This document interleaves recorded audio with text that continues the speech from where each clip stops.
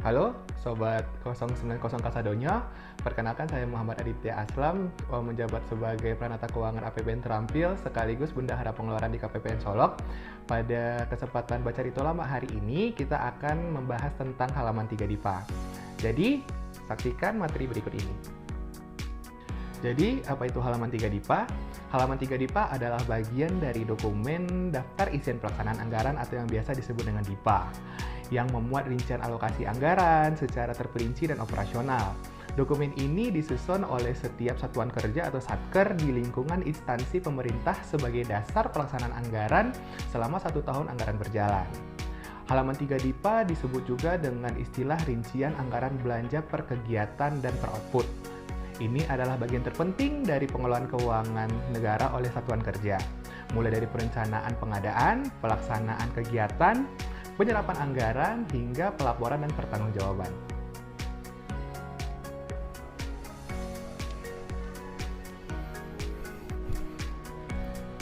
Struktur dan isi dalam halaman 3 DIPA. Halaman ini menyajikan informasi secara berjenjang dan terstruktur. Biasanya berbentuk dalam format tabel. Berikut elemen-elemen utama yang terdapat di dalam halaman 3 DIPA. Yang pertama, program merupakan bagian dari rencana strategis kementerian atau lembaga. Contohnya, program peningkatan pelayanan kesehatan. Yang kedua, kegiatan. Turunan dari program lebih spesifik dan operasional. Contohnya, kegiatan imunisasi nasional. Yang ketiga, output atau sub-output, yang merupakan hasil yang ingin dicapai dari kegiatan tersebut. Contohnya, jumlah anak yang diimunisasi. Yang keempat, komponen atau subkomponen. Unsur pembentuk output mencakup tahapan atau bagian dari kegiatan. Contohnya, pengadaan vaksin, distribusi logistik, dan honor kegiatan. Yang kelima, akun belanja atau kode akun, yang merupakan kode yang merepresentasikan jenis pengeluaran mengacu pada Badan Agun Standar atau BAS. Contohnya, akun 521211 untuk belanja barang operasional. Yang keenam, volume dan satuan, yang merupakan jumlah dan satuan kerja dari belanja tersebut. Contoh, 100 unit vaksin atau 1000 kotak logistik. Yang ketujuh, nilai anggaran, yang merupakan jumlah dana yang dialokasikan untuk setiap akun. Ini yang akan digunakan sebagai dasar pencairan dan realisasi anggaran.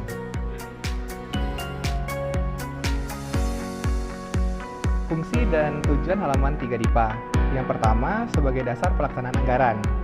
Tanpa halaman 3 DIPA, satuan kerja tidak bisa mencairkan dana dari KPPN. Yang kedua, acuan dalam penyusunan RKAKL. Halaman ini merupakan hasil akhir dari proses perencanaan anggaran. Yang ketiga, kontrol dan monitoring anggaran. Auditor dan pengawas internal akan menggunakan halaman 3 DIPA untuk mengaudit kesesuaian antara rencana dan realisasi belanja.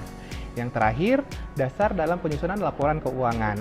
Realisasi belanja pada laporan keuangan satker akan mengacu pada akun-akun yang dicantumkan pada halaman 3 DIPA tersebut.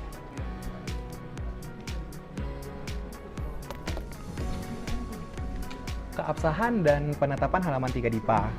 Halaman 3 DIPA diresmikan dan ditandatangani oleh KPA atau kuasa pengguna anggaran dan kepala KPPN setempat. Setelah disahkan, dokumen ini menjadi legal dokumen yang dapat digunakan untuk pencairan dana dari kas negara. Setiap perubahan atau revisi DIPA harus dilakukan secara resmi dan disetujui oleh otoritas yang terkait seperti DJPB, DJA, dan lain-lain. Jadi kesimpulan materi kita pada hari ini dapat disimpulkan bahwa halaman 3 DIPA adalah inti dari dokumen DIPA yang berfungsi sebagai panduan pelaksanaan anggaran satuan kerja, dasar pencairan dan pertanggungjawaban dana APBN, instrumen kontrol dan evaluasi atas pelaksanaan program pemerintah. Dengan kata lain, jika DIPA adalah peta pelaksanaan anggaran, maka halaman 3 DIPA adalah GPS-nya, yang menunjukkan secara detail kemana dana yang akan dibelanjakan, untuk kegiatan apa, dan oleh siapa yang membelanjakannya. Jadi sekian materi kita pada hari ini tentang halaman 3 DIPA. Kepada Bapak Ibu sekalian, semoga materi yang saya sampaikan bermanfaat. Apabila ada kesalahan mohon dimaafkan. Terima kasih.